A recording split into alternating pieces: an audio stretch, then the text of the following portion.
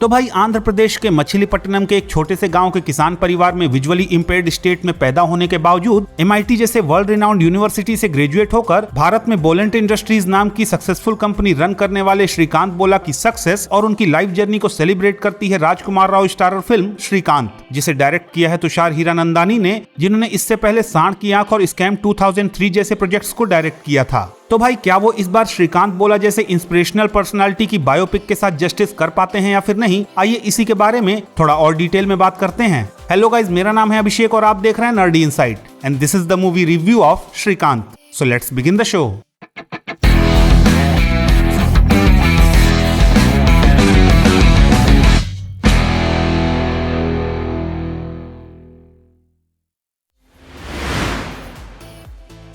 अब भाई अगर फिल्म की कहानी की बात करें तो ये फिल्म श्रीकांत बोला के जन्म के साथ शुरू होती है, जहां उनके पिता को जब ये पता चलता है कि श्रीकांत देख नहीं सकते तो वो उनके फ्यूचर में आने वाली प्रॉब्लम्स का सोचकर उन्हें दफनाने तक का सोच लेते हैं, लेकिन वो अपने बेटे के साथ ऐसा कर नहीं पाते। जिसके बाद श्रीकांत की इंस्पिरेशनल लाइफ जर्नी उसी गाँव में शुरू होती है, जहाँ से आगे चलकर कैसे श्रीकांत अपनी टीचर की हेल्प से पूरे इंडियन एजुकेशन सिस्टम से लड़ते हुए अपनी बेसिक एजुकेशन इंडिया में पूरी करते हैं और फिर MIT में एडमिशन पाने वाले दुनिया के पहले ब्लाइंड स्टूडेंट बनने के बाद किस तरह से वो अपनी ग्रेजुएशन पूरी करके इंडिया में बोलेंट इंडस्ट्रीज की शुरुआत करते हैं। यही इस फिल्म की कहानी है।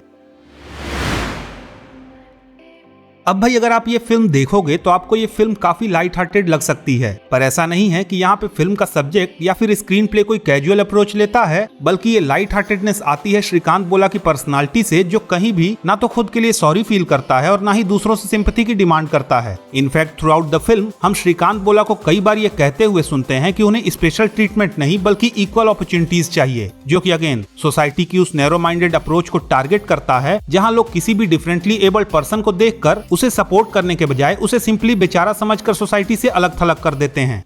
आपने अपने दिमाग में हमारे लिए अलग ही कहानी बना रखी है। बेचारा, इतना बुरा हुआ इसके साथ। कुछ बुरा नहीं हुआ है हमारे साथ, और बेचारे तो हम बिल्कुल भी नहीं है।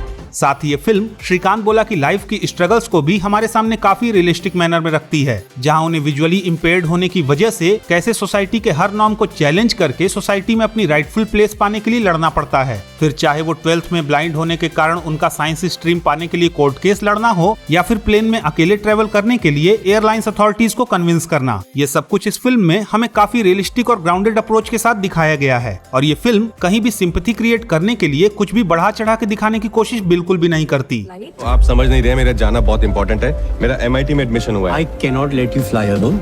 Sir, I need you, of course. I need your help. Excuse me, please help me. लेकिन भाई इस बायोपिक की सबसे खास बात मुझे ये लगी कि यहाँ हमें केवल और केवल श्रीकांत बोला की लाइफ के पॉजिटिव एस्पेक्ट्स ही नहीं, बल्कि उनकी लाइफ के उस फेज को भी दिखाया गया है, जहाँ उन्होंने अपनी एरोगेंस और घमंड के कारण कुछ बुरे डिसीजंस लिए, जिसकी वजह से उनके रिलेशंस उनके अपनों से भी खराब हो चुके थे, जो कि अगेन आजकल किसी भी बायोपिक में काफी रेयरली देखने को मिलता है। पैसे दे रहे हो? मुझे दो, इसे हम जॉब देंगे। खैर, अब अगर इस फिल्म में परफॉर्मेंसेस की बात करें तो A to Z सभी की परफॉर्मेंसेस फिल्म में काफी जबरदस्त है। मतलब मूवी के बिगनिंग में एक गरीब बाप का अपने बेटे के ब्लाइंड होने पे हार्ट ब्रेकिंग रिएक्शन से लेकर श्रीकांत बोला की फाइनल स्पीच तक, जहां वो स्पेशल कैटेगरी का अवार्ड रिजेक्ट कर देते हैं, इन सभी सीन्स में सभी की परफॉर्मेंस टॉप नॉच है। लेकिन भाई अगर राजकुमार राव की बात करें तो फॉर मी ये उनकी आज तक की बेस्ट परफॉर्मेंस थी, जहां उन्होंने एक ब्लाइंड पर्सन के फेशियल एक्सप्रेशन से लेकर उनके चलने तक सब कुछ इतने बेहतरीन तरीके से स्क्रीन पे पोर्ट्रे किया है कि आपको एक मिनट के लिए भी नहीं लगता कि राजकुमार राव कोई एक्टिंग कर रहे हैं, और वो सच में विजुअली इंपेयर्ड नहीं है। अब भाई ओवरऑल श्रीकांत एक ऐसी मूवी है जिसे आई थिंक आपको अपनी पूरी फैमिली के साथ देखने जाना चाहिए, क्योंकि ये फिल्म श्रीकांत बोला की जिस लाइफ जर्नी को हमारे सामने रखती है, वो आपको मोटिवेट और इंस्पायर करने के साथ साथ ये बताती है कि प्रॉब्लम्स का आपकी लाइफ में आना आप कंट्रोल नहीं कर सकते, पर अगर आपका एटीट्यूड ऐसा है कि आप हंसते हुए प्रॉब्लम्स का सामना कर सकते हैं और कॉन्टिन्यूअसली अपने गोल्स पे भी फोकस करते हैं, तो आप फाइनली अपना टारगेट अचीव कर ही लेंगे। आप हमारे चक्कर में मत फंसना, आपको बेच के कहाँ जाएंगे हम। तो भाई लोग दैट्स इट, ये था मेरा राजकुमार राव स्टारर श्रीकांत मूवी का रिव्यू। अगर आपको ये रिव्यू पसंद आया तो प्लीज इस वीडियो को लाइक कीजिए, शेयर कीजिए, और हाँ, अगर आपने मूवी देख ली है तो अपने ओपिनियंस कमेंट सेक्शन में जरूर लिखें, और प्लीज जाते जाते इस चैनल को सब्सक्राइब करना भी ना भूलें। तो मिलता हूँ मैं आपसे अगली वीडियो में, तब तक के लिए have fun and enjoy the day.